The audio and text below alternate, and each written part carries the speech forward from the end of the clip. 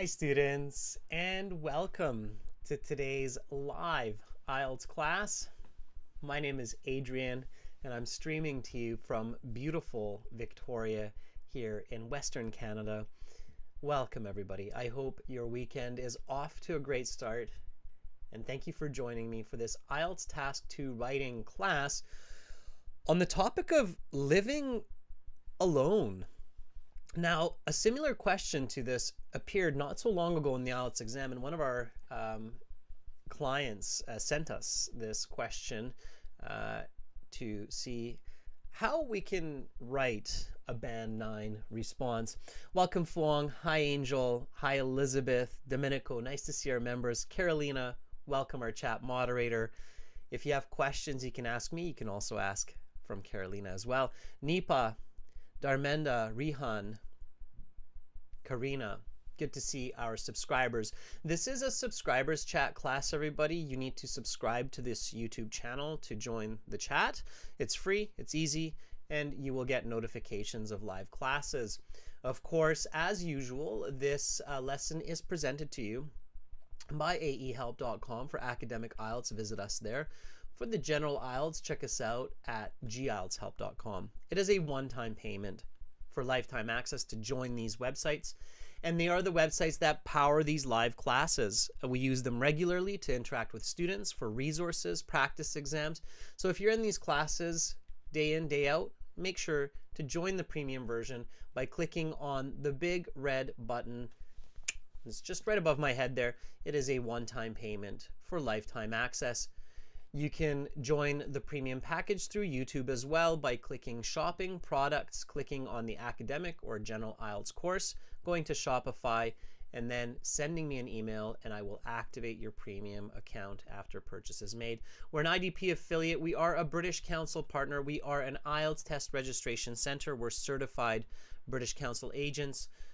We have been helping thousands of students to improve their English and succeed on their IELTS exams. Become one of these lovely students and success stories, continuing on with your education career paths.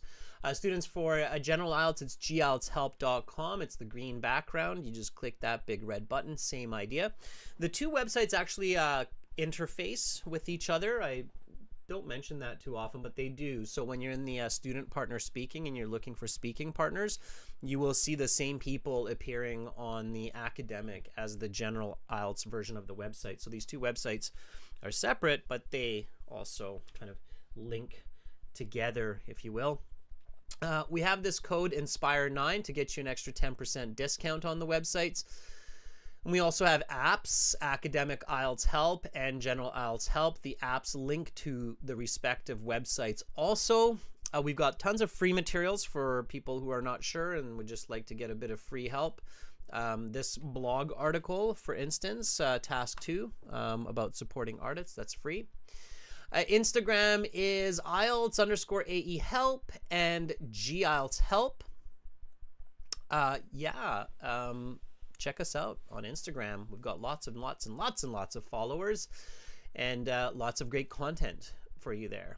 Okay. Again, if you have questions, Carolina is a good person to reference, or myself. You can send me an email, adrian@aehelp.com, admin@aehelp.com. There's extra help for writing and speaking on the websites. You'll find those. I'll show you those a little bit later on. And you can also purchase our books from Amazon. Students, we've got Task 2. We just finished reading, and we've got Task 2 writing. We're going to go through the full question essay step by step. Tomorrow we've got speaking part 2 and speaking part 3. And then on Sunday on the website, we will have a 90-minute live class. We just started this new feature where we are now live streaming on our websites. So students, when you log in to your My Student account, you will be able to join live classes by clicking that blue button, and that becomes active when there is a live class. So on Sunday at 13:30 UTC, you will be able to click that button and you will see me there teaching a live speaking class. Okay. Aman, it depends on your level. Aman is asking, if I buy the academic premium, will I be able to give a test? It depends on your current English. Certainly, Aman, it will help you a lot to achieve your goal. Definitely. Okay, especially when you use it regularly every day for 3-4 hours. Okay, for sure. It will help you tons. Okay. All right, students, this video we released last week, and this week we're putting up, actually for tomorrow, a listening video. So you'll be able to see that on the channel, okay? All right, let's do this. So IELTS Task 2 writing. You should spend about 40 minutes on this task. Make sure to spend 40 minutes.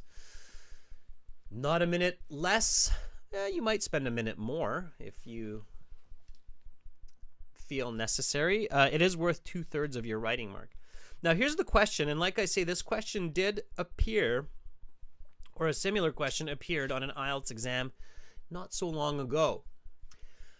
In some countries, many more people are choosing to live alone nowadays than in the past. Do you think this is a positive or negative development?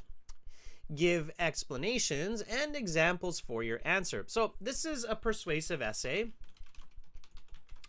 Persuasive essay means that it's an essay which you're writing to convince your reader. Okay, aimed to convince your reader of your argument.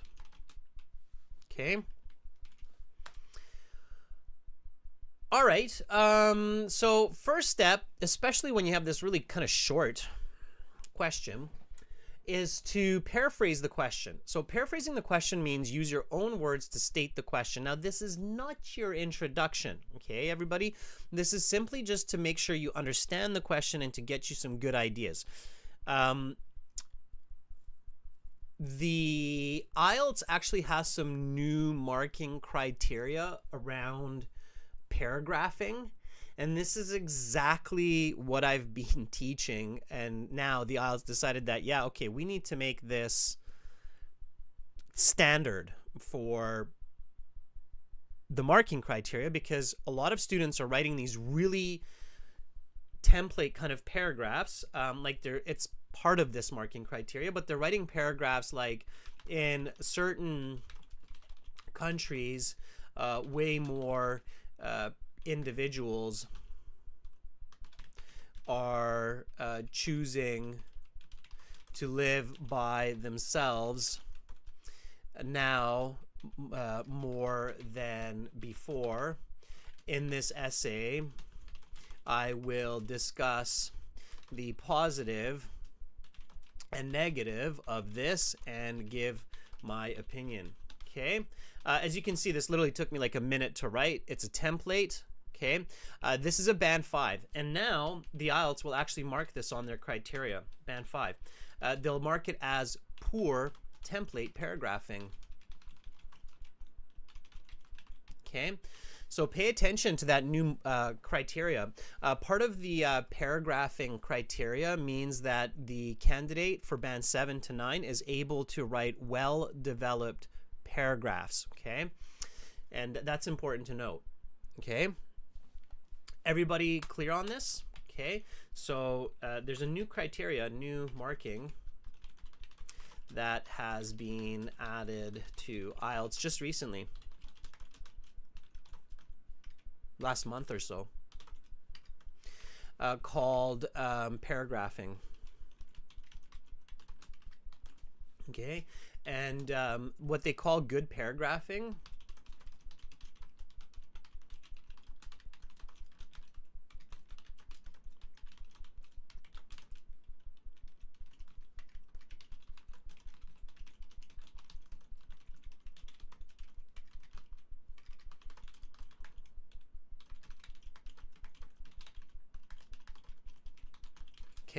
is this.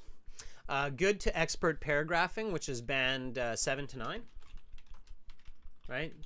So maybe some of you, when you saw this new criteria, you're like, oh, Adrian's been saying that for years, right? Well, and it's not Adrian saying that, and it's not the IELTS saying that it's new. It's just implementing standard English literature technique, okay? So keep that in mind, everybody. This is not actually something new.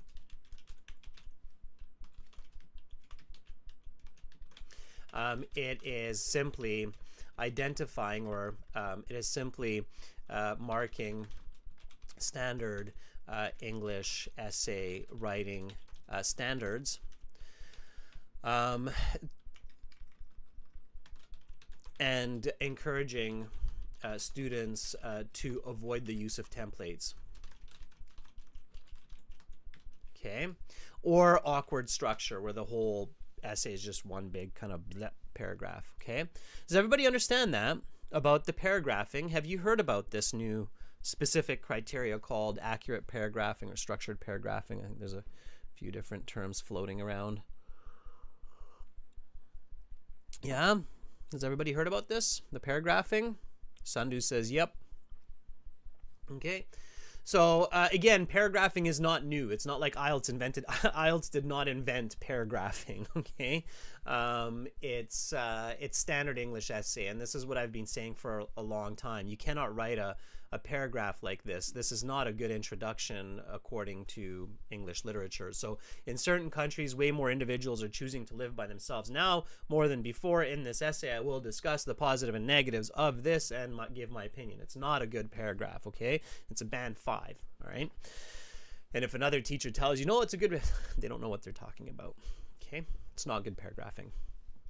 All right, so again, the introduction, as I've said before, actually needs a hook, a background, and a thesis, because that's good paragraphing for the introduction. That is the English standard, okay? So introductory paragraph, and hopefully now you'll see lots of other teachers teaching this as well, includes hook. I'm starting to see more people write hooks now because of this criteria, which is great. So hook, background, and thesis. Okay, direct thesis. This will equal good introductory paragraphing. Okay, all right, okay. Okay, so that's what we want to work on. We do paraphrase the question, and it's good to do this on your note paper in the computer-based exam with your pencil, just so your brain really gets moving.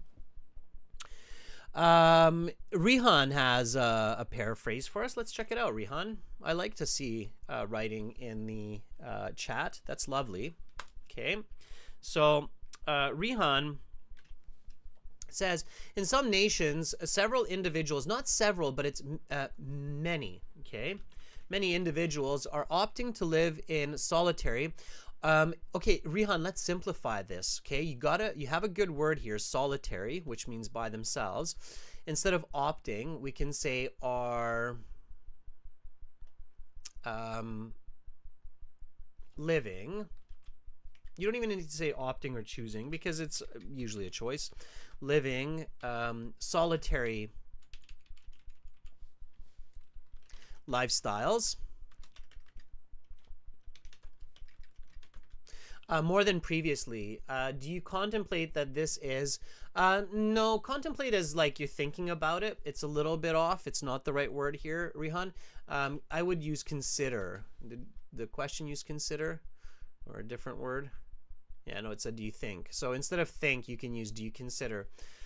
This is beneficial or detrimental, not improvement, because you can't have a detrimental improvement. That doesn't make sense. Okay, so do you consider that this is a beneficial or detrimental change?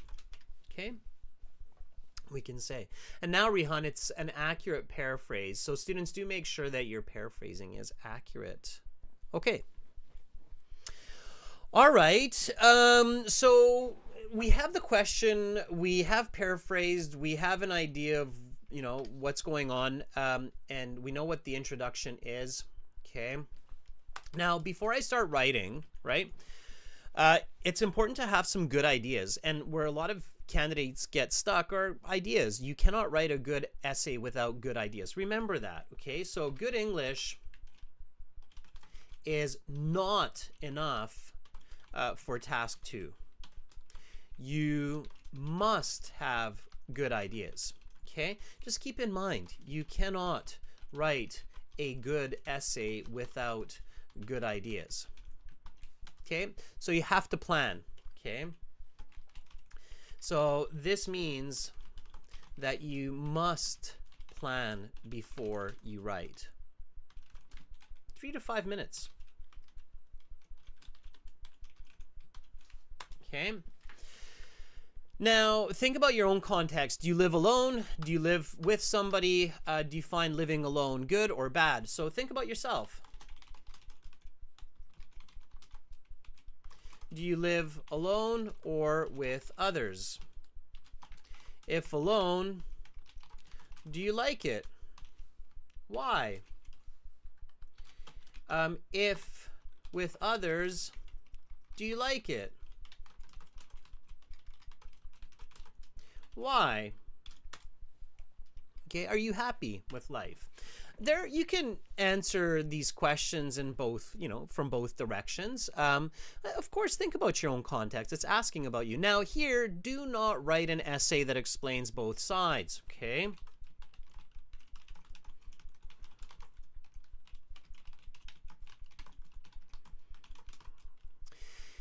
And it's kind of ambiguous or unconvincing, right? Your goal here is to convince. Do not write an essay that explains both sides, as this is boring and does not answer the question. Okay, so pay attention to the question. It's another common mistake, right? So people say, well, there are some negatives, there are some positives. You might mention it, okay? You can mention both sides, but you should focus on one side. So although you can mention both negatives and positives, you need to focus on one side and not just at the end. Okay? I don't know about you, but when I'm reading an essay that goes introduction, and the introduction is this, okay, that I've written here. And then body 1, some negatives of living alone. Body 2, some positives of living alone. Body 3, my opinion. And then conclusion. For this question, this would not work. Why? Because if I'm your reader, and this is, again, you always think about yourself, right? Because your audience will be similar to you. So in their understanding or in their feeling, right? And so when I look at this, like in this sense, if I write like this, I get this feeling. I get the feeling of kind of boring. So let me do it this way. I kind of get the feeling of like boring and get to the point already.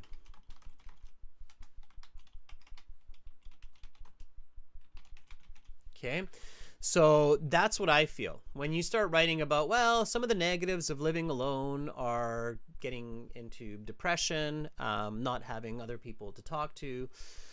However, some of the positives are being independent, not being bothered by roommates or friends or family.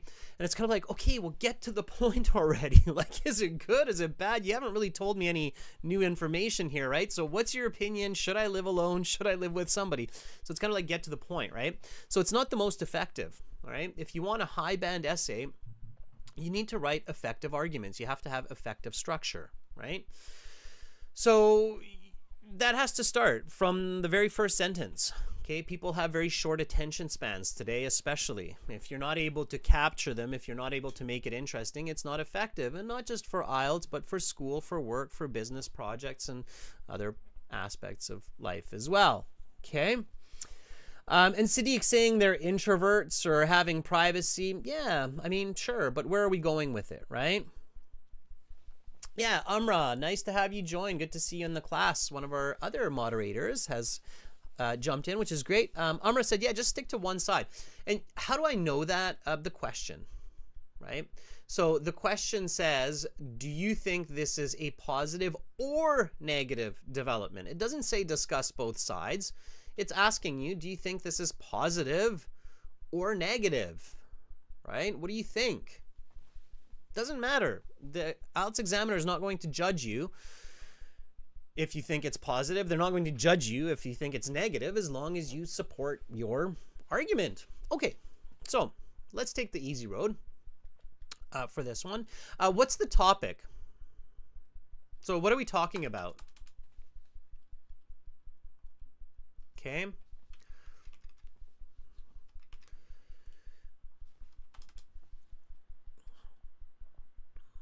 It's a persuasive essay. Anna, always think about persuasive. Don't just think opinion. It is a subjective persuasive essay, if we want to be very specific here. So Amra says it's about living alone. The topic is living alone. Yes, it is. Okay. Good. Sure. So that's the topic. Okay. And then the controlling idea, is it good or bad? Now, some of you might think, well, it's both, right? But which is more? Okay. How can we figure that out? All right. Now, if you learn social sciences, it's going to be a little bit easier, of course, like if you learn sociology or psychology. You know, think about the average. Think about what you know. Use what you know. Okay? Who are we talking about here? We're talking about humans, right? What do we know about humans when it comes to solitary or community?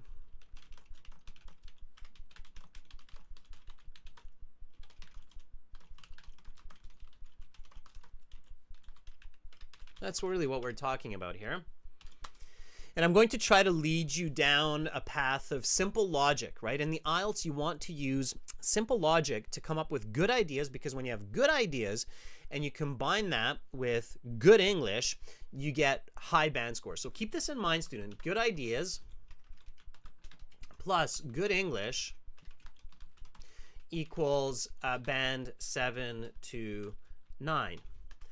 Good English, or sorry, let's say this, bad ideas plus good English equals band 6 to 7. Or am I going to say band 5 to 7?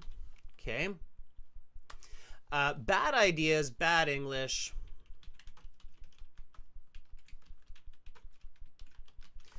equals less than 5. Okay, that's a good way to think about it. I think it's that one. Less than 5. Yes, like that. Okay. So everybody got that? So good ideas, good English, you'll get a band 7 to 9 essay. Bad ideas, good English, you might get a band I don't even want to say, like, you'll get 6.5. I don't even want to say 7. I don't want you to think that that's easy. You have to have really good English with some bad ideas. Okay, and then bad ideas, bad English, you're getting less than 5. All right? In task 2. That's basically how it works. Okay? Yeah, so Diaz says that humans are social creatures. Exactly. Right? So don't overcomplicate. Okay, so we know that humans are social creatures. There are clearly animals that are social and there are animals that are solitary. Humans are a social species. Okay, versus bears that are, or loggerhead turtles, right? Loggerhead loggerhead turtles. I'm laughing because many of you get the joke. It's from our reading passage. Or loggerhead turtles that are solitary. They want to live alone. They don't really get along when you put them into groups. Okay? All right? Okay, so there. Okay. So they're solitary. We're social. Okay, so fair enough. So let's go to the next step then. What happens to humans when they live alone? Okay. So what happens to humans when they spend a lot of time alone? Okay. And there are actually, I'm sure a lot of you know about this, there are scientific results or very obvious biological and scientific research or studies that show this, right? So Raj says depression. Yes. Okay, what else? So poor mental health. Okay, it's boring. Poor mental health. Sure. Okay. All right, there could be drug addiction. Sure. Right? We try to get stimulation elsewhere. Okay, lack of motivation. Yeah, we're motivated by groups. Okay. All right. So sedentary lifestyle, yes. So we start to spend more time just sitting. Yeah, we definitely force each other to move. Move it! I'm sitting over there. Right? Okay, so a lot of those come into play. Okay, now, obviously there are positives and negatives to living alone. Okay, so don't get me wrong here, students. We could take this the other way. There are positives or negatives, but I'm taking the negatives here. Actually, our immune system, scientifically, it's shown that the immune system significantly decreases in efficiency when we live alone. So living with others, especially for the elderly. Many of you have probably heard that one of the reasons elderly often get sick and pass away when they live alone is because their immune systems get weak. So weaker immune systems.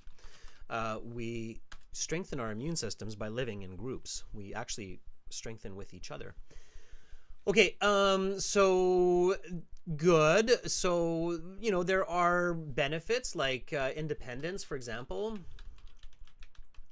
Okay.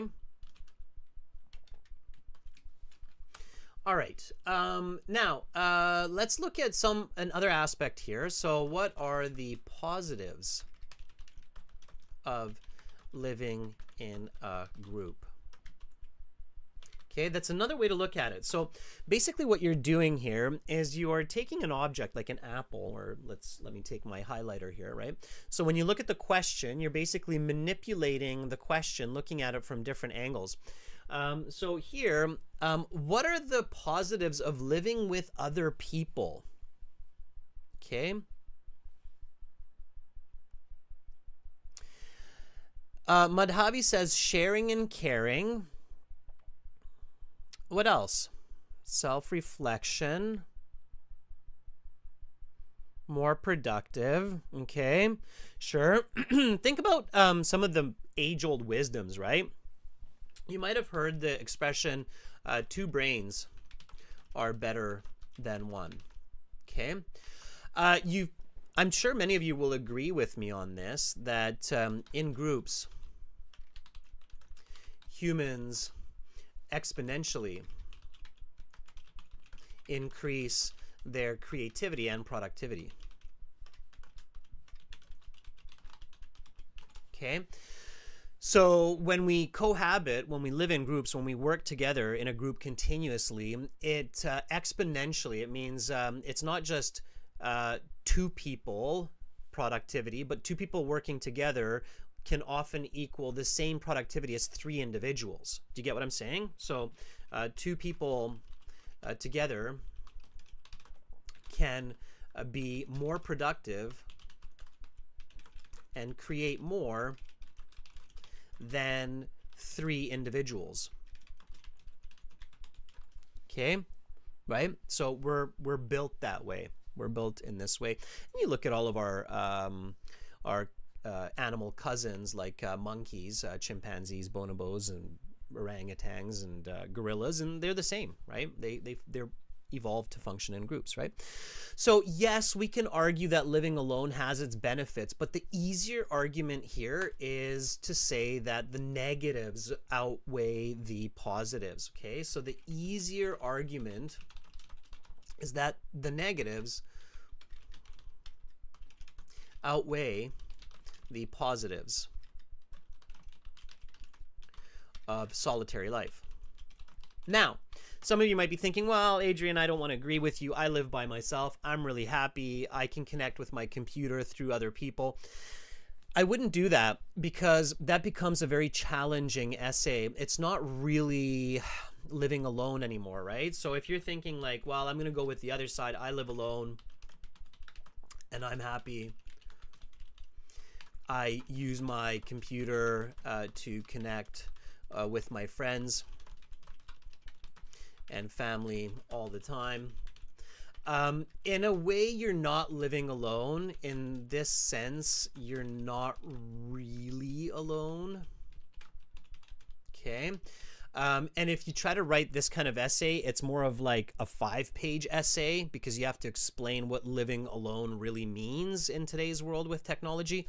And then you get into an extremely complex and confusing piece of writing that is definitely not for the IELTS exam. Okay, if you have a sociology class in university and you want to take that approach that, well, living alone today is very different than 20 years ago before the internet and video conferencing and WhatsApp and Zoom, yeah, I agree 100%. Not on the IELTS. Okay, on the IELTS, that's not a 250, 300 word essay in a 40-minute time limit. Okay, so keep that in mind, everyone. This is not an argument that is good for 250 words in 40 minutes on the IELTS. Okay, it's a sociology class or psychology class essay that's 2,000 words and 4 pages. Okay, do you understand what I mean there? So your goal on the IELTS is an interesting one, right? Because your goal on the IELTS is to get a high band score. And to do it in 40 minutes and to do it in 300 words, let's say. Okay, so you have to be careful about how complicated. Don't don't go over the top complicated with your ideas. All right. Okay, and some of you are like, well, that's what I wanted to write. Well, yeah, but are you going to be able to effectively explain and clarify that for the examiner in a 40-minute time limit? I mean, myself as a university graduate with native English, I would be very cautious and worried to try to write that essay. Okay, so I'm going to go with the easier approach and say living alone is boring, it leads to depression, and living with groups has the benefit of being more productive, and therefore living alone is less productive and less motivational and enjoyable. It's going to be the easier way. Okay, so let's do it. Let's write this. The introduction, as I mentioned, includes a hook, a background, and a thesis. So let's do that. The hook is an interesting, short, quick statement including the topic that's interesting, that catches the reader's attention. Short, let's say 12 words, average.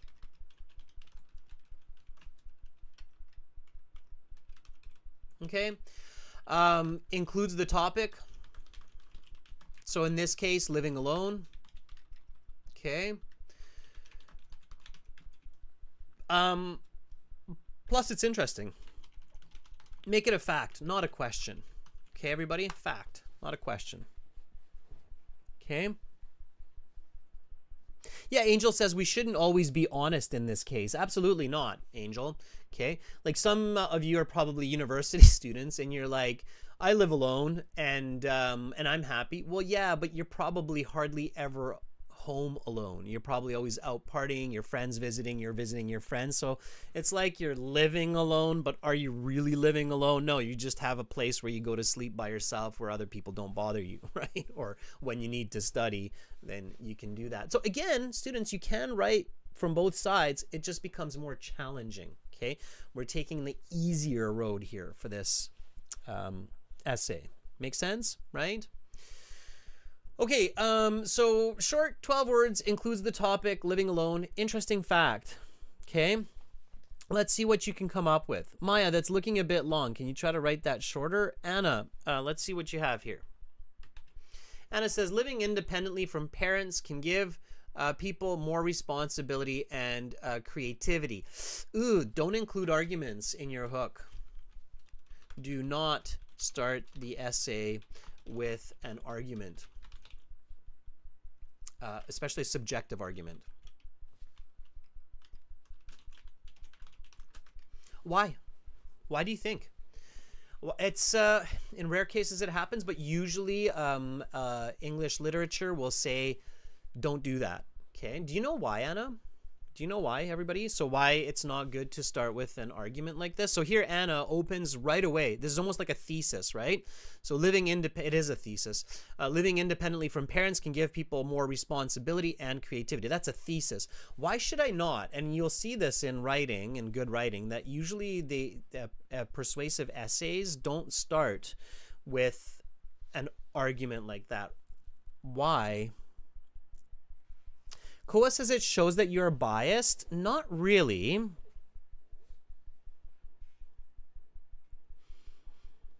Okay.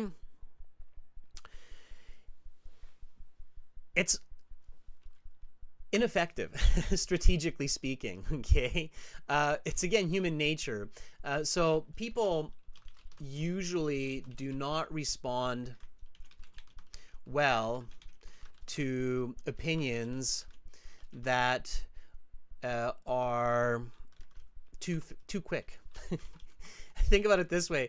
It's like trying to kiss the person you like before saying hello and introducing yourself.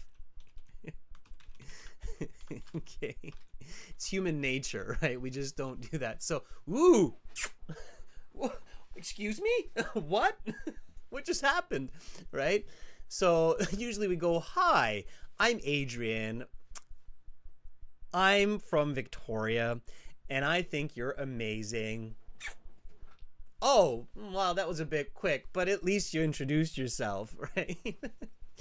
So you don't want to catch a person with an opinion very quickly. They usually don't, even when they agree, they don't respond well. They're like, whoa, easy, I've got my own opinions here. So Koa says, excuse me? Oh my goodness, says Nipa. Right? Exactly. So oftentimes when we open with an argument, like living independently from parents can give people more responsibility and creativity, right? Your poor mom and dad are like, excuse me? Did you just slap me? Right? Okay, so let's take a look at some other hooks here. Okay, Angel, very nice. So this is kind of where, your paraphrasing comes in. So Angel says, why not just take it slowly, right? Let's take it one step at a time. Living independently has recently become prevalent universally. Yeah, instead of universally, I would say across the globe. But yes, Angel, that's good. Living independently has become prevalent across the globe. We don't even need recently because the grammar has become tells us, Angel, that it's recent. Okay, that's a nice hook. Simple. It's not too pushy, nothing going on yet. It's just the kind of fact that gets us interested, right? Okay. All right, Anahita, same thing, kind of a strong argument there, right? Yosef, don't use the word things in your essay, okay? Students, avoid the word things. I'm going to show you what Yosef wrote here. Don't use the word things. It's weak writing, okay? So do not use the word things. Yosef says, living alone is one of the most challenging things a person can do. Living alone is one of the most challenging endeavors. Okay. A person can do. Sure.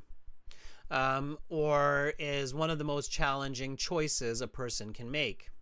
Okay. Again, it's a bit of an opinion, but it's not over the top, so it's okay. Don't use the word things, though. Things, it's kind of like, yeah, your professor is going to do this. What things?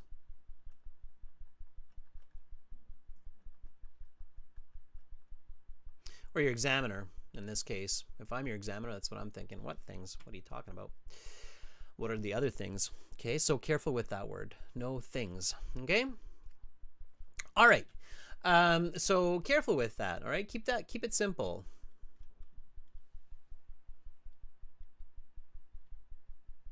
Okay? Maya says, now there are 666% population of the earth that lives alone. Yeah, they're very good, Maya. I like that. So Maya says, why not just give like a fact? Maya says, nowadays 10% of the adult population on earth. Now, earth here is capital E, Maya, because it's not the dirt, it's not the soil, not what the plants grow in, although it is, but we're talking about Gaia, like Mother Earth, so big E, okay? So nowadays they're 10%, and you can give a fact like this, and then you're like, well, what if that's not true? It's fine. The examiner will say, yeah, that's about right, probably.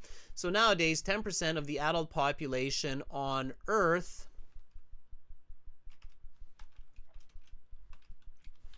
lives alone. Okay? Sure. Maya, that works. All right? It's catchy. I like it. It's believable.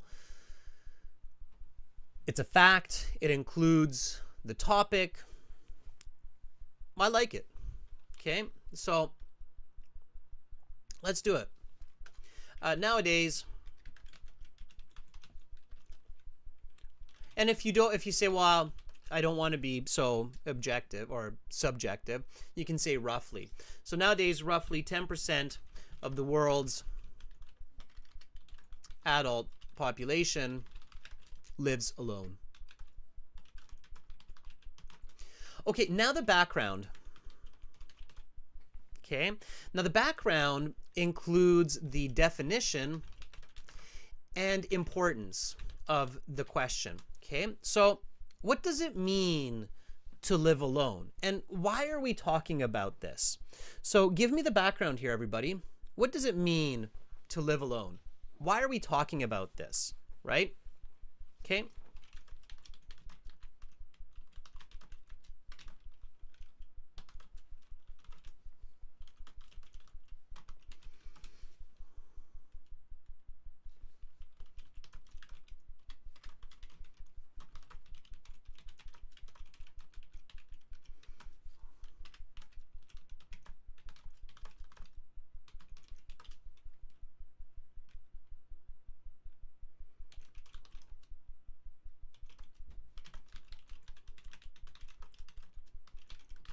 Okay, and that's what I'm going to write for this. And then, so that's my definition. And I'll explain that. I want you to think about your definition. So I'm not reading it. Some of you can read it, but I encourage many of you to come up with the definition by yourselves. What does it mean to live alone? What does that mean for you? Okay. And then I'm going to write about the importance.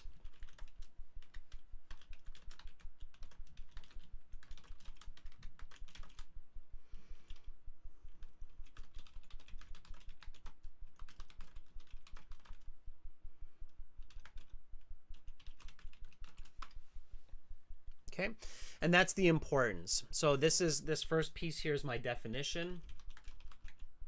And sometimes the importance can precede the definition, especially when it's very obvious, right? But usually the definition will precede the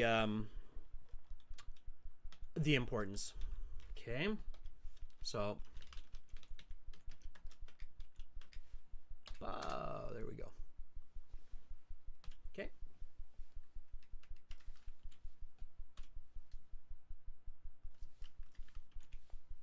All right. And then comes my thesis.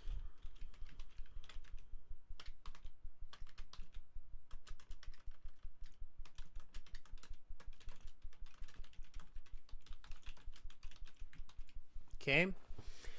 So let's see what you have for your background. Good. Rihan wrote background. And students, it's just enough to write B colon. I'll get it. Okay. So this is the background by Rihan. I thought Rihan, I took your thesis too, but I guess not. Okay. So Rihan says background. Students, you can just do this to make it easier on your life and save some space. Just do B, and I'll know that that's your background. Okay. Like Domenico is doing H for the hook there. Okay. Sandu, being comfortable with your own gives a superpower does not make sense. This is what I mean. You have to have good content that will lead to better English and better information. Okay. Don't switch to second person voice, students. So Koa says it is to be by yourself. Do not use second person voice. I live with 3 other people, my wife and 2 children.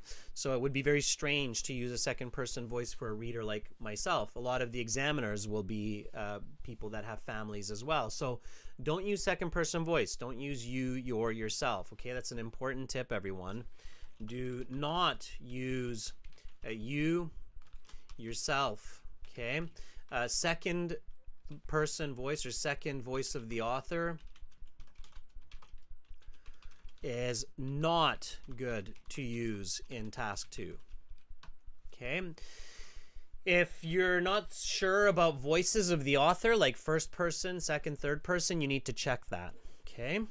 Okay. So don't use second person voice. All right. It makes for confusing and awkward writing. Okay. All right. Let's see. So Rihan says some individuals leave their home and spend life in a deep, solitary, either a forest or a single room. Rihan, do you know people that are living in the forest by themselves? By the way, anybody, here's a fun fact question for you. A person living in a forest by themselves, what do you call that in English?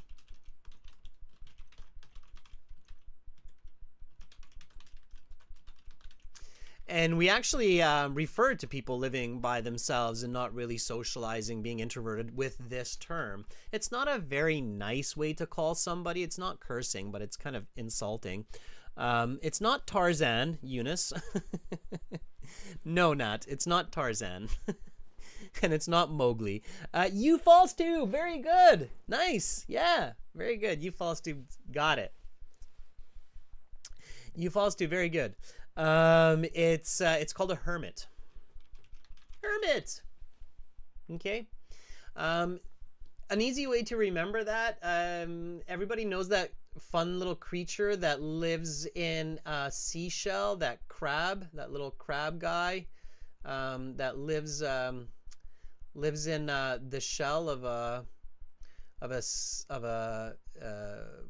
sea snail, right? The name of that is a hermit crab. Okay. And why? Because they live by themselves in their own little shell. In English, it's called a hermit crab. Okay. Now, we don't call the person a hermit crab. Obviously, we just call them a hermit. But hermit means to kind of live by yourself, right? Okay, so they're a bit of a hermit. So Rihan, some individuals leave their home and spend life as a hermit in a single room. Sure. This determines the nation's economy and mental growth in society. Too global, Rihan. This determines the individual's mental development and impacts national economy. We have to stay parallel. Okay. All right, so that would be the background. Okay, good. So you get the idea. And now, Rihan, it's good. The background's good. So I wrote mine one way. Rihan wrote another way. There are lots of different ways. Anahita says, living alone is, don't say refers to the, too wordy, is the abandonments of one's family and friend and living in an apartment, a solitary lifestyle. It is aimed at having privacy, freedom, and personal growth. Again, too quick for the argument, Anahita. You're mixing your thesis with your background.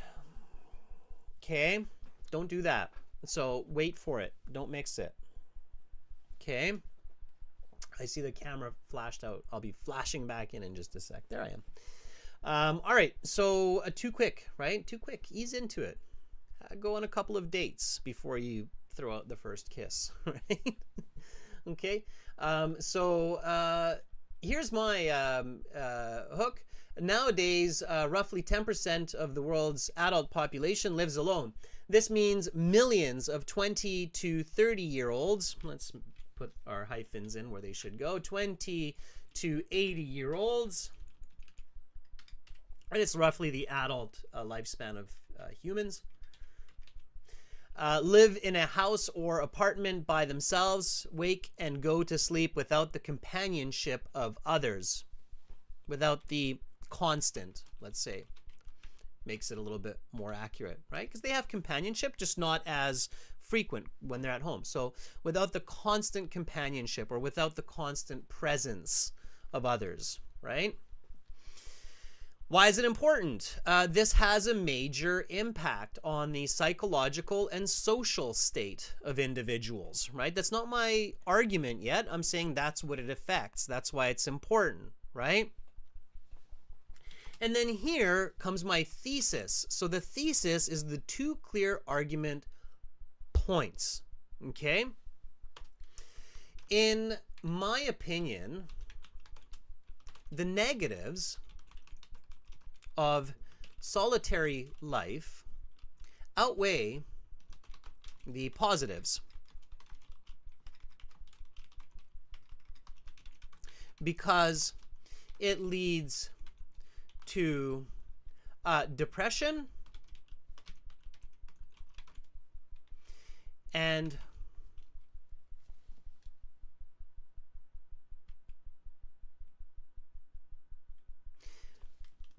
lack of production. Okay? Now, here, there's a mistake in my thesis. It's relatively a good thesis. I've got two points, but there's a mistake. So in my opinion, comma, it's a leading expression, the negatives of solitary life outweigh the positives because it leads to depression and a lack of production. What's the mistake? Everybody, what's my mistake? It's important for you to learn this part of English literature. In university, your professor will be looking at this. The marker will be looking at this very carefully. They will always catch it. They will always mark it. It will always hurt your score. And it does hurt your score on IELTS, even if your examiner is not 100% aware. Very good, Diaz. Diaz says there's no parallel grammar. Okay. These 2 points lack parallel grammar. Okay. Obviously, Diaz understands what it means to have parallel grammar. Okay. Parallel grammar is very important for your thesis. Okay. Parallel grammar means that both points have the same grammar form. So, for example, noun plus noun. Okay. So here I have a noun, right? Leads to depression. That's a noun. Okay, which is fine. And then a lack of production. That is not a noun. Okay. That is a verb with a noun. So what would be a noun? What would be a noun that means lack of production? How can I say a lack of production in one word in English? Okay. Leads to depression and, nope, Anahita, unproductivity, In productivity, Umra is okay. I might go with in productivity. But see, it's kind of like it's underlining it. This says unproductivity is the correct word. And unproductivity, it's kind of awkward English. Koa says in death.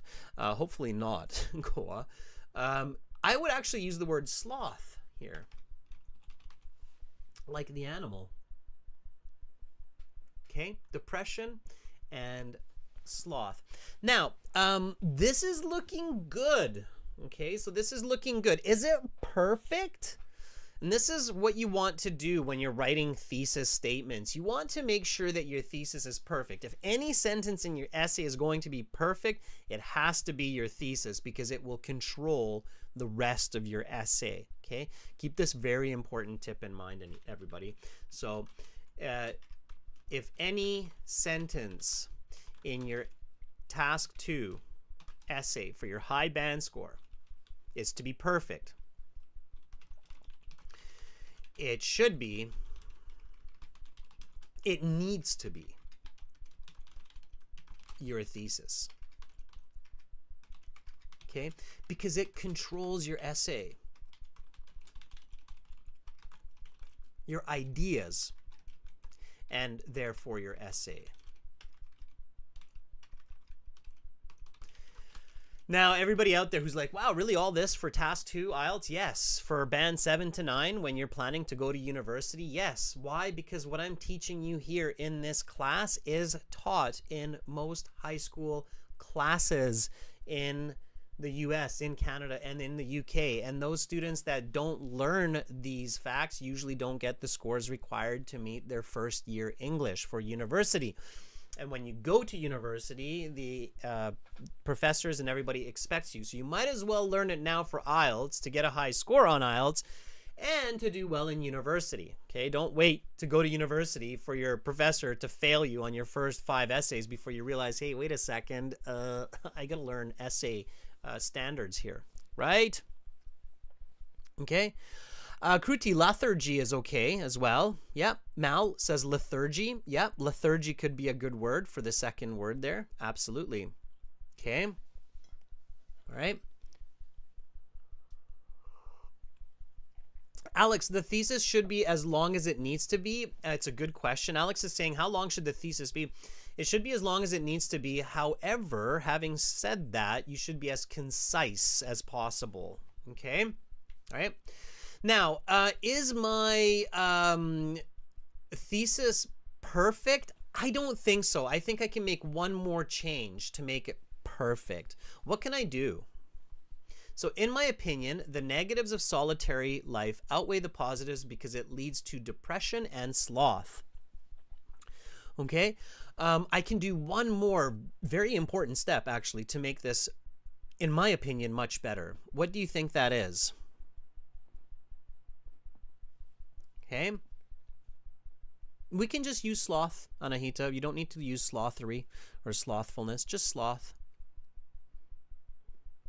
Anahita says paraphrase. No, I don't need to paraphrase it, Anahita. I think the phrasing is okay. Kishab says mentioning another view. No, Kishab, I don't need to mention another view. I have lots of information with these 2 points that I can write about. No examples. The examples are going to be in the body paragraphs.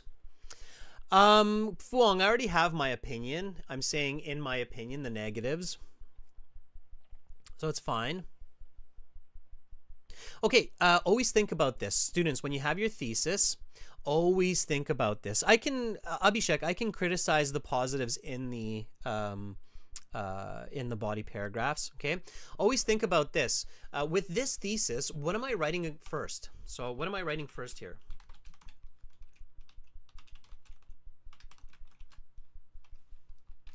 For body 1. And this is good because it's going into our body paragraph 1.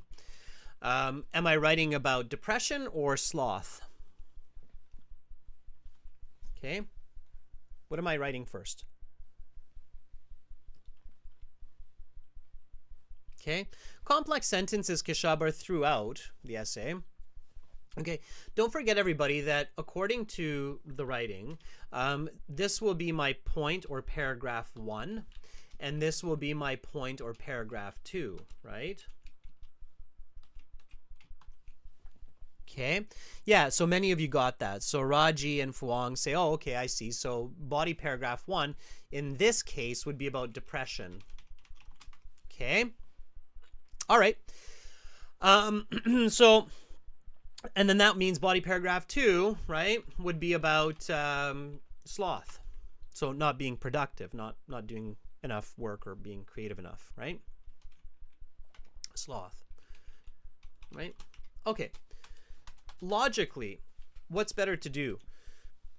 Write about depression first or write about not being productive first? So ask that question. Always ask yourself, logically, which of my thesis points should I write about first?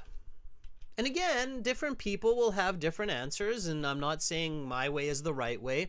It's sometimes up to you, but often you can kind of see, or most people will agree, that one makes sense more than the other. So logically, which of my thesis points should I write about first? Right? Depression first or not being productive first? What do you think comes first? Do you think I get depressed first and then I'm not productive? Or do you think I'm not productive and then I get depressed? Right? Carolina says, I would probably write about not being productive first. Yes, exactly, Koa. It's not about my highway or the my way or the highway. So it's not my way or the highway. There are lots of ways. There are lots of highways here, but you have to just have logic. Some people think depression. Some people think first you get depressed, then you lack productivity. Fair enough. It's a valid argument.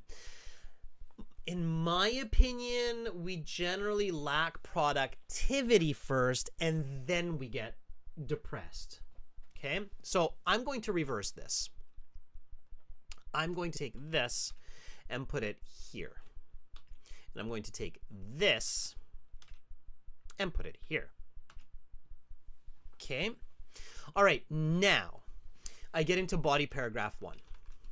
Okay, and body 1 has a topic sentence plus explanations plus examples.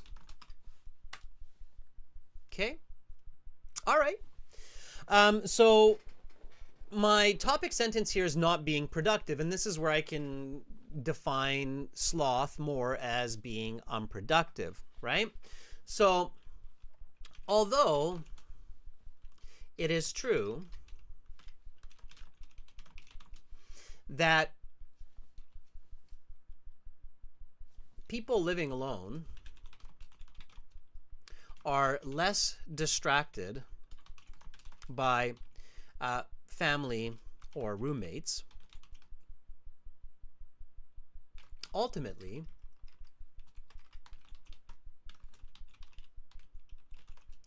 they are also susceptible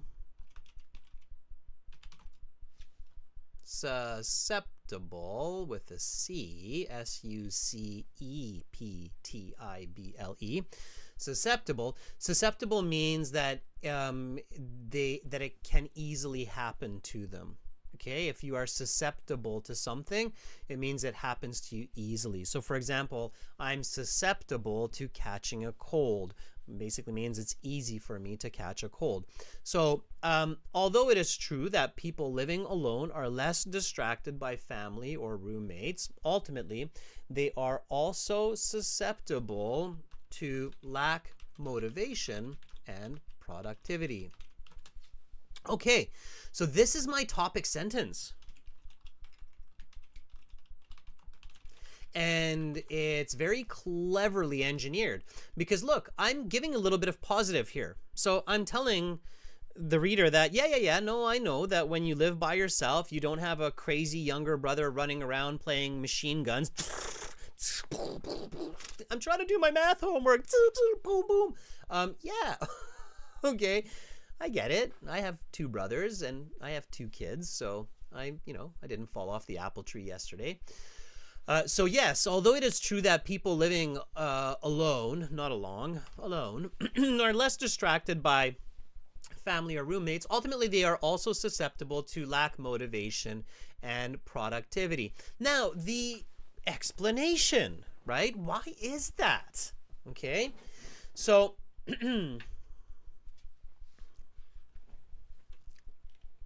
parents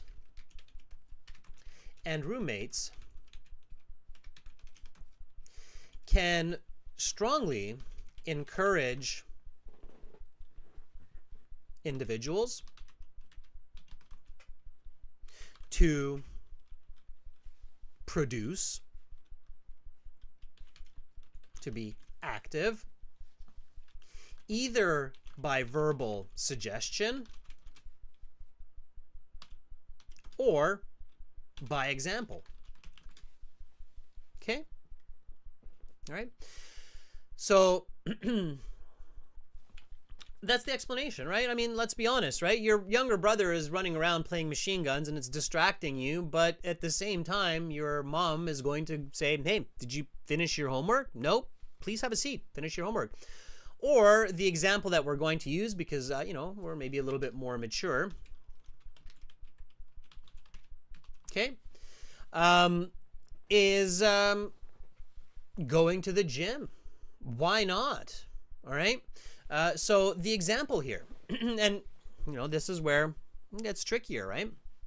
So the example, indeed, when I lived with a roomie in university, I went to the gym every morning with him for a workout, and now that I live by myself, I have become a 150 kilogram couch potato. I had. It was in my head. Oh boy. I hope nobody's going down that road. And if it has happened, come on. Get yourself your roommate back, okay? So on the IELTS exam, yeah, the examiner will say, wow, what an example. I'm giving this person a band 9, okay? So very powerful example, very visual, right? So, and again, a lot of you said, let's give some powerful examples and let's get that band 9. So there you go. Angel says 150 kilos. That's what happens when you stop working out. Not at all. Alex has a good question. Alex says, is it too subjective if I use myself as the example? No, not at all, Alex. If you pay attention to the question, it's very clear that this is a subjective essay, and it's very clear that it's a first-person essay. The first person means you use I, me, my, okay? And the thesis introduces the subjective voice of the author. So here, the question says, do you think this is a positive or negative development? It's very clearly asking your opinion. So here I introduce the first person voice in the introduction, right? I say, in my opinion, right, Alex? So right there, I've introduced the first person voice of the author. Now in good writing, I use the first person at least once in each paragraph. Okay, so here I went to and I have become, right? So I'm not trying to hide the fact. I'm very clearly telling my reader, this is my experience, this is my opinion. I'm easing you down the path and I'm convincing you based on my observation of life, right? Okay, so here, now notice this also will be very powerful, this example, as a connection or transition to the next part of the essay, okay? So here's another really good tip, everybody. Okay, when you think of your explanations and examples, think information connects information. So connectives are okay and good to use. Like, therefore, on the other hand, and many more. Okay. However, connectives by themselves do not make good writings. Okay, or good writing.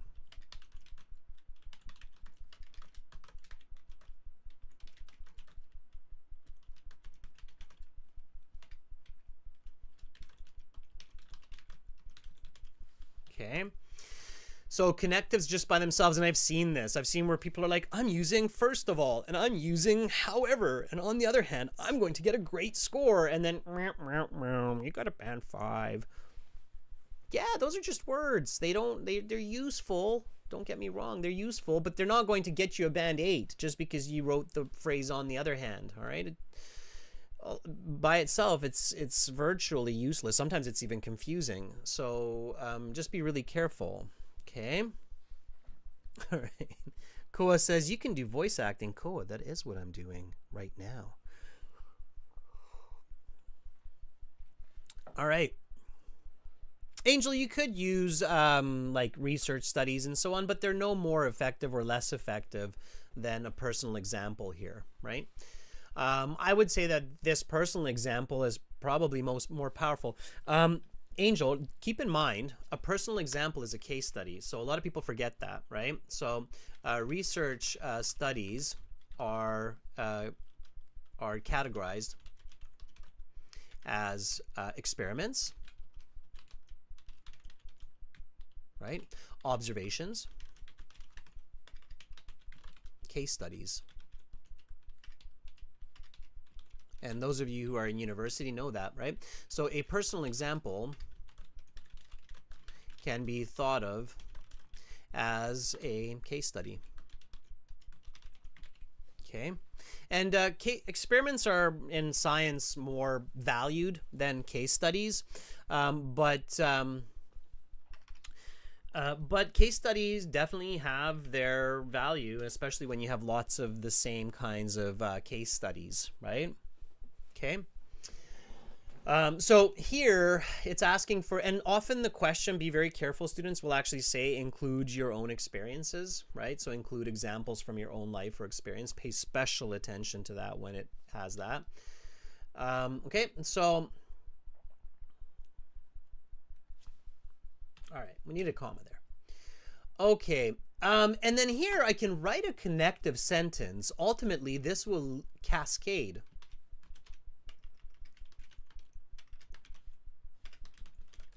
Eventually, this lack of motivation cascades and becomes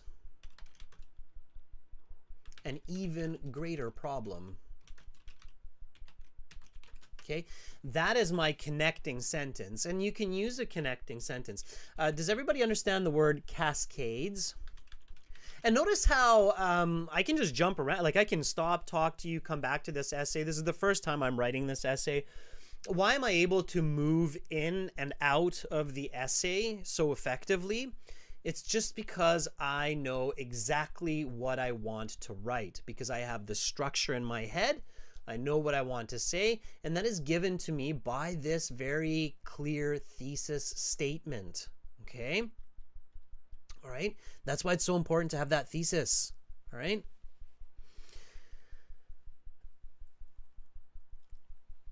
All right, Domenico is discussing financial strain. Domenico, that could work as well. Okay, cascade means to progress forward or to avalanche forward, if you will.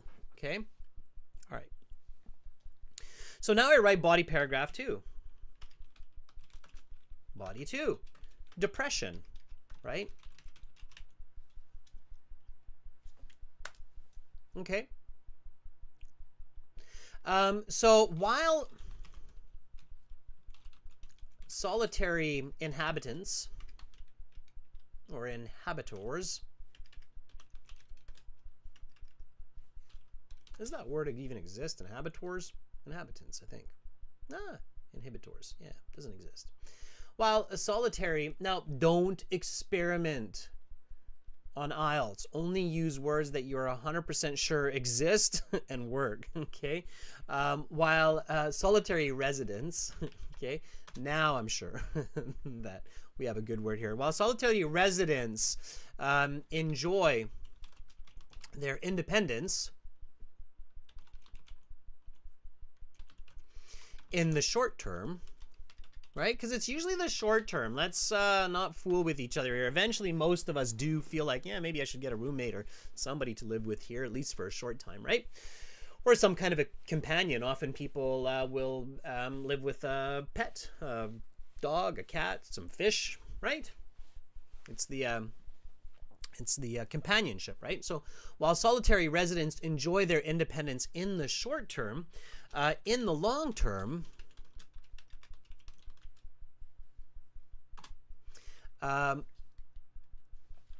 depression frequently is the consequence. Okay, so here, this is my topic sentence. Now my explanation, and again, the explanation here is quite straightforward. I know what I want to write. There are lots of different ways that you could write it. One sentence for each, everybody. You will end up with a beautiful 300-word Band 9 essay. Okay, so while solitary residents enjoy their independence in the short term, in the long term, depression frequently is the consequence, right? And then if we go by Koa's opinion, death, right? Well, it's sad, but sometimes true. Okay, especially for elderly, right? So while solitary residents enjoy their independence in the short term, in the long term, depression frequently is the consequence. Why? Okay, why? Simply, humans are social creatures by nature, right? All of you said that when we talked about that, right? When I asked, are humans designed by nature to be living alone, or are they designed to live with others? I think most of you, if not all of you, said, well, no, we're social creatures, right? Intrinsically, instinctually, we can't deny that nature has designed us to be social creatures. We don't do so well when we're by ourselves, right? Just look at some of those TV shows where they put people by themselves into the middle of nowhere, right? So simply, humans are social creatures, and both their physical and mental well-being depend on cohabitation.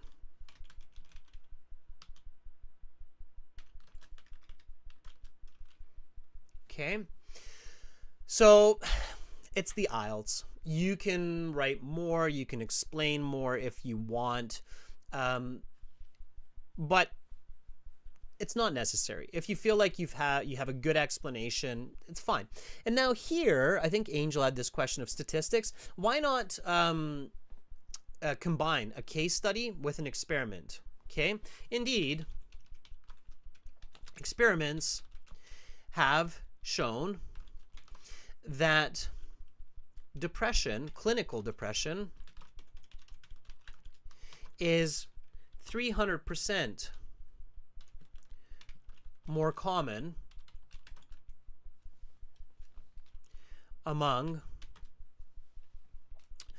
people living alone than those living with family and friends. Okay?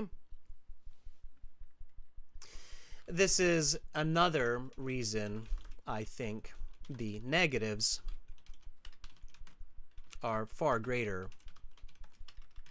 than the positives. Okay, now keep writing, students. So I can see a lot of you are probably very focused on what I'm writing, the vocabulary that I'm using, and that's totally fine. At the same time, do continue writing. Okay. Okay. So here again, I include that first person in my concluding sentence here. This is a concluding sentence. The concluding sentence is not 100% necessary because your conclusion is coming. It's a short essay. In a longer essay, you would want that. Okay. Make sure you have the right than, not the E here, but the A version. Okay. And then review your paragraph. So important tip here, everyone. Review the paragraph as soon as you're done.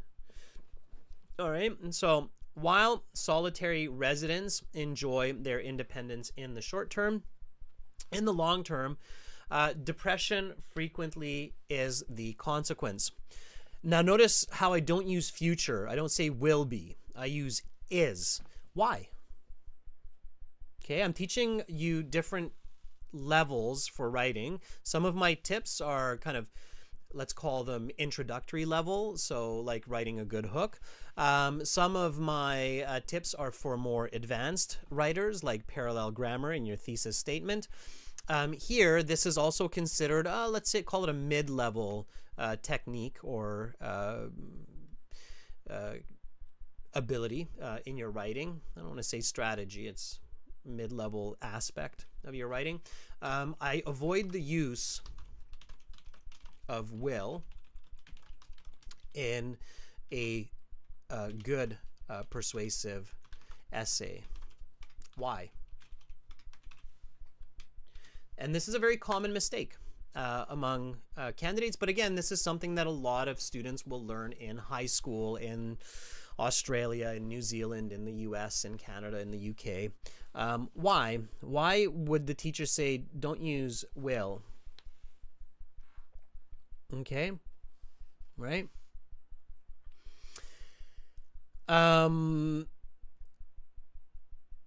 Angel says, because we're talking about facts. Fuang says, will is not convincing enough for the reader. Yeah, multiple answers are correct. Carolina says, staying in the same grammar throughout the essay. Yes. So the rule, and this is not Adrian saying, again, everybody just be clear. In these classes, I do my best not to teach you Adrian's English or the tips or tricks that somebody discovered or thought of when they're looking at some videos online. No, these are facts. This is what I learned from my English professor in university, from my psychology professor in university. As many of you know, I have a psych degree, and this is what I'm passing on to you. Okay, these are facts.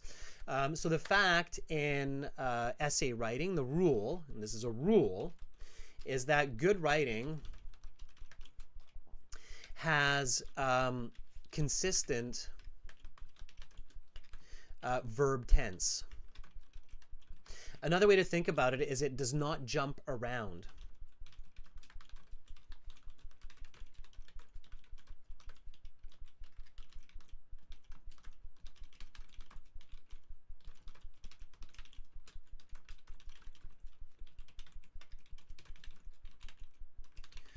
Okay, so when an essay jumps around, like this happened, this happens, this will happen, this has happened, this happened, this will happen, eventually you lose your reader. Your reader's like, where am I? 15th century? Dinosaurs? Spaceship? On the moon? In Mars? What? Now? Tomorrow? Before? My head just exploded, right? What are we even reading?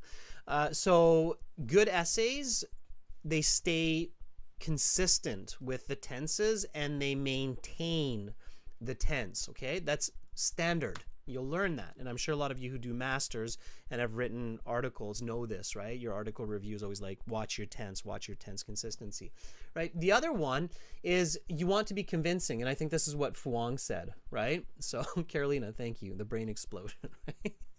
So it's what Fuang said, right? It's more convincing. When it's true now, instead of it will be true in the future, it's more convincing for your reader. If or when you use the present tense, and this is why we usually use the present tense, when you use the present tense, it makes a stronger argument because it is true now, not just in the future. Okay, does that make sense? All right, so I avoid the use of will. So when you're reviewing your writing for the IELTS for task 2, review for your tense use. So check, oh, am I jumping around a lot? I need to balance my tenses and change some of my, this is where the computer-based exam is a little bit more friendly or friendlier because you can make corrections like this a little bit faster, right? Okay, I see a lot of people are like, yeah, that makes sense, okay? Yeah, BM, exactly. It's also correct now, right? So stay in the present. So this is another reason I think the negatives are far greater than the positives. In conclusion, the conclusion, Conclusion has the points restated, argument strengthened, and the take-home message. Okay, so here I'm going to say, in conclusion, a solitary life, although glamorous at first, or inviting at first,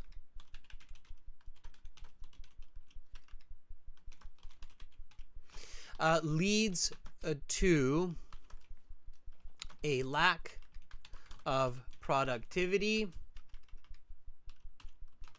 and positive mood. Okay, so I've paraphrased sloth and depression. So in conclusion, a solitary life, although inviting at first, leads to a lack of productivity and positive mood. Therefore, I strongly, and now I strengthen my argument, I strongly believe that the negatives of living alone are much more than the benefits, especially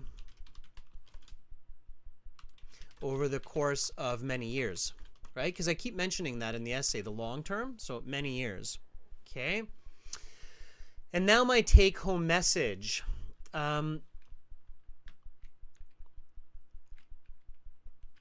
For a greater enjoyment in life and creating more, people should consider roommates. Okay. And suddenly we get a whole bunch of advertisements for roommates after this class. I'm looking for a roommate. Right? Did I convince you? You're like, yes, you've convinced me. I need a roommate. No, that's not my goal here. My goal here is to teach you this Task 2 essay. You do what's best for you. All right. You do you. All right. Here we go. So, but if you feel like it's starting to convince you, you know it's a good essay, right? So now let's review this whole essay. I will tell you how many words it is, okay? Because some of you always ask me, like, how many words is that? Okay, so word count here is, I would guess around 310, but let's see. No, not quite. 296. And that's about a band 9. Okay, so words, 296. And it would definitely, with this clarity and grammar and everything, get you that band 9. Okay, hopefully. All right. Let's read the essay. Always read your full essay when it's done. Here we go. So let's look at the question for those who are just kind of joining in and like, what's going on? Task 2, everybody. Here's the original question. Task 2, writing. You should spend about 40 minutes on this task. In some countries, many more people are choosing to live alone nowadays than in the past. Do you think this is a positive or negative development? Okay. Here's my essay. Nowadays, roughly 10% of the world's adult population lives alone. This means millions of 20 to 80-year-olds live in a house or apartment by themselves, wake and go to sleep without constant companionship of others. There's my first fix. This has a major impact on the psychological and social state of individuals. In my opinion, the negatives of solitary life outweigh the positives because it leads to sloth and depression. Although it is true that people living alone are less distracted by family or roommates, and I might say something like noisy brothers, noisy siblings, or roommates, ultimately, they are also susceptible to lack motivation and productivity. Parents and roommates can strongly encourage individuals to be active either by verbal suggestion or by example. Indeed, when I lived with a roomie in university, I went to the gym every morning with him for a workout, and now that I live by myself, I have become a 150 kilogram couch potato. Eventually, this lack of motivation cascades and becomes an even greater problem. While solitary residents enjoy their independence in the short term, in the long term, depression frequently is the consequence. Simply, humans are social creatures, and both their physical and mental well-being depend on cohabitation. Indeed, experiments have shown that clinical depression is 300% more common among people living alone than those living with family and friends. This is another reason I think the negatives are far greater than the positives. In conclusion, a solitary life, although inviting at first thought, leads to a lack of productivity and positive mood. Therefore, I strongly believe that the negatives of living alone are much more than the benefits, especially over the course of many years. For greater enjoyment in life and creating more, people should consider roommates. Okay? All right. That's your Band 9 essay, everybody. That brings us to the end of the class. I hope you enjoyed it. Again, everybody, do remember, I will post this essay for you. Most, if not all of this advice will be found somewhere in your premium course, in the writing section of your premium course at aehelp.com, gieltshelp.com.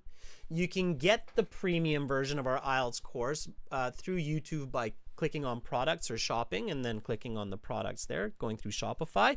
You just have to send me an email to activate. We do have these big red buttons on the websites that you can click on at aehelp.com to join the premium version of the IELTS package right there. Okay. And for general IELTS, it's here. We are world leaders when it comes to IELTS exam preparation for many reasons. One is that we teach the actual tips and strategies of English communication literature as is expected in the IELTS and in your university studies. If you have questions, let me know. Carolina, Umra, it was great to have both of you in the class today. Okay. Thank you, subscribers. Thank you, members. It was lovely having you in this class.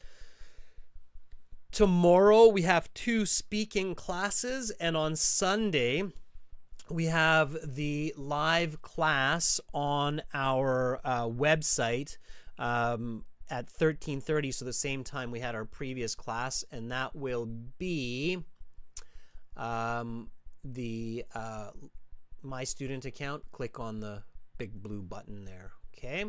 All right, everyone. Again, fantastic to have you with me. I love seeing your comments, your questions, your answers, your sentences. And I look forward to seeing more of it tomorrow. Much love to all of you, wherever you are in the world today. I hope you have a great start to the rest of your weekend. Stay healthy, stay strong, stay happy. Bye, everybody.